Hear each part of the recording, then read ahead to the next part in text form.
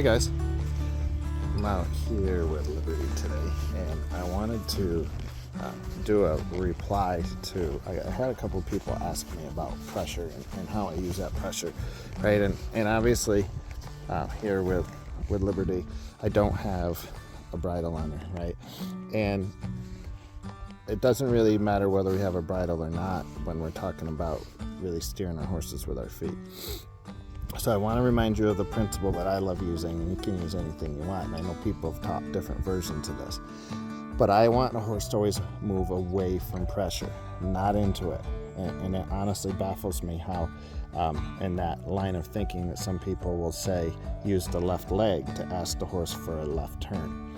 I wanted to use the opposite. I always want the horse moving away from pressure. So for instance, right leg on that right shoulder, it's asking that horse to turn to the left. Okay, so again, right leg up by that cinch or up by that shoulder means turn left. Now same thing, left leg, apply pressure, means move to the right. Okay, again, left leg, right up by that front cinch, turn to the right. Okay, now what I always want my horse to think, and this is the same principle with neck reining, with anything.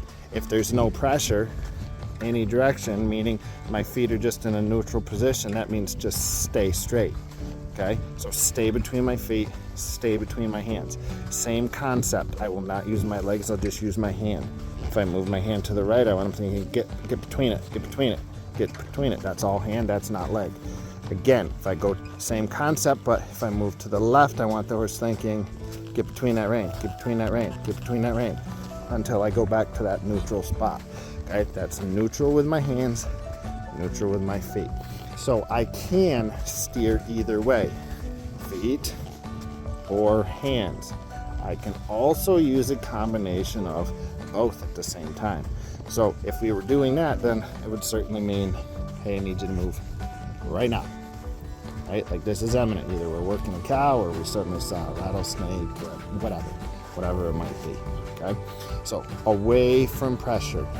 And if we start with that concept with a colt, even young, just after the first couple rides, and you always ride them that way, it's amazing how quick they'll get to moving away from pressure.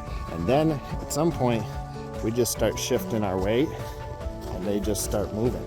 Okay, I'm going to shift my weight, lean and looking a little bit to the right, and the horse goes right. Same to the left. If I just lean a little bit, the horse goes to the left. It's amazing how soft you get them if you ride them this way. Just remember, a horse will only ever going to be as soft or responsive as your first touch.